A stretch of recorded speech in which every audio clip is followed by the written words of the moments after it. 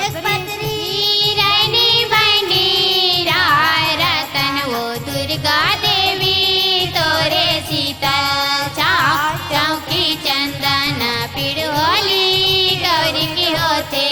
मान जैसे गौरी वो मानी तुम्हारे जैसे करवन छाव करवाया सन डुमारी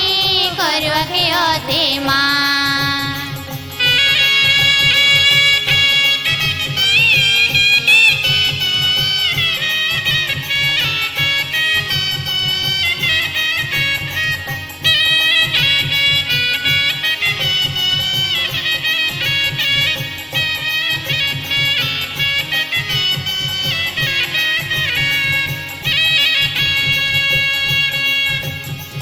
तीन पत्री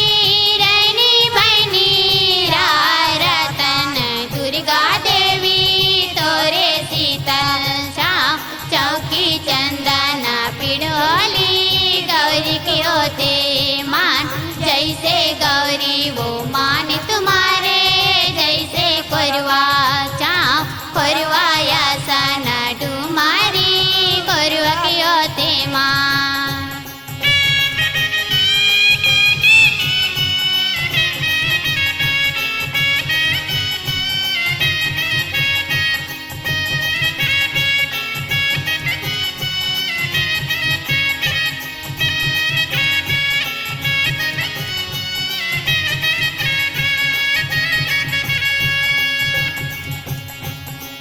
पांच पत्री रैनी बनी राय रतन दुर्गा देवी